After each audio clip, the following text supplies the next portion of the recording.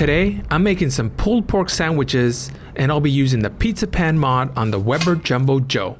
I'm loving this mod on the Weber Jumbo Joe and it's producing some great barbecue. Let's get this one started. I have a 7-pound pork shoulder here that I'll be making. I was planning to leave on the fat cap for some added protection. However, this pork shoulder came with most of it already trimmed off. I'll clean it off a bit more though.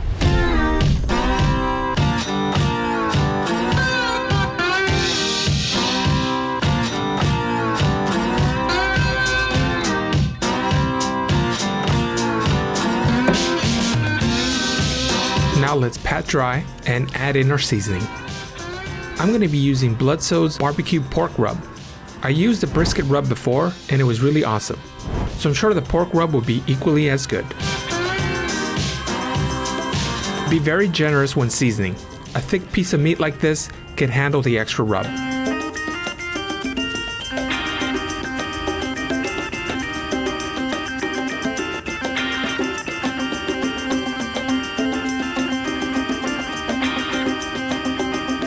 Remember to get all sides. Be very generous with the rub.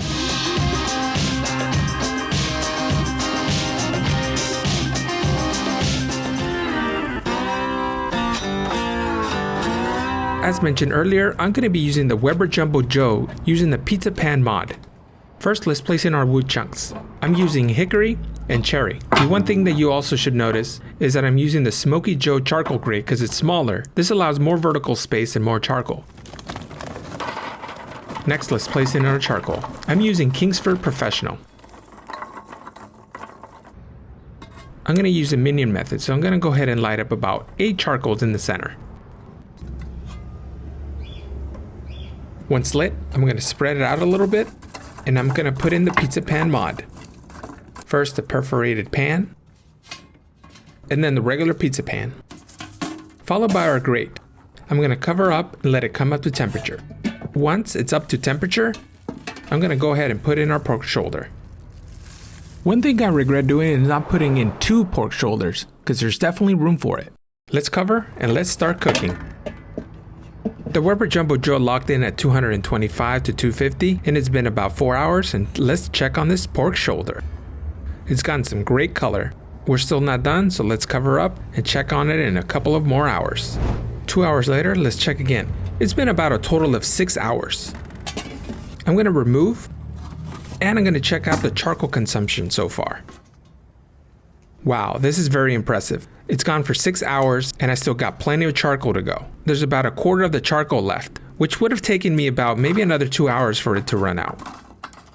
At this point, I should add more charcoal, but I don't plan to cook it for very much longer. My plan is to maybe put it in for another hour, wrap it up, and put it in the oven and finish it off. Let's place back our pans, and let's keep on cooking. Okay, it's been another hour for a total of 7 hours, and it's ready to wrap. I had a little bit of camera difficulty here, so unfortunately I won't be able to show you how I wrap the pork shoulder, but again, apologies for this lack of clip here.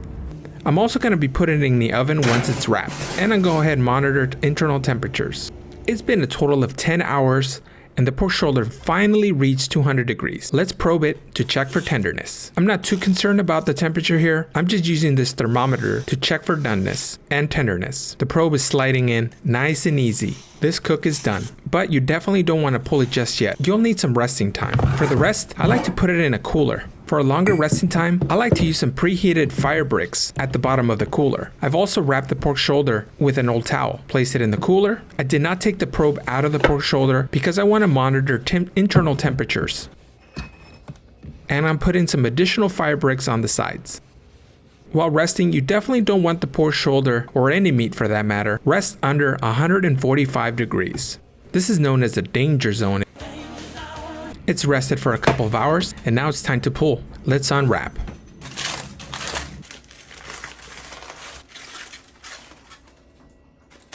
First, let's remove the bone. Oh yeah, nice and easy. This is when you know you got a perfect tender pork shoulder. Now let's pull. This is super tender, and it's taking literally no effort to pull this. This pulled really well, but now it's time for a little quick taste test.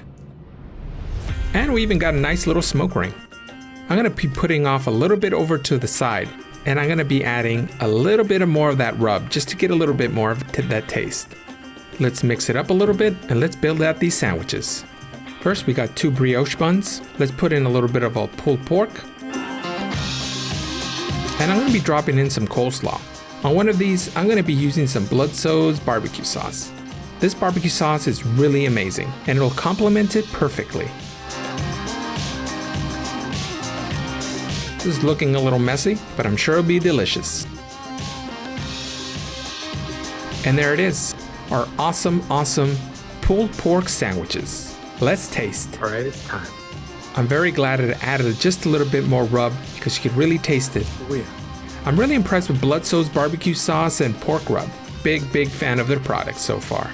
I hope you enjoyed this video. If you want to see other videos using this Jumbo Joe pizza pan mod, be sure to check out the playlist that I'll be linking right here. Thanks for watching.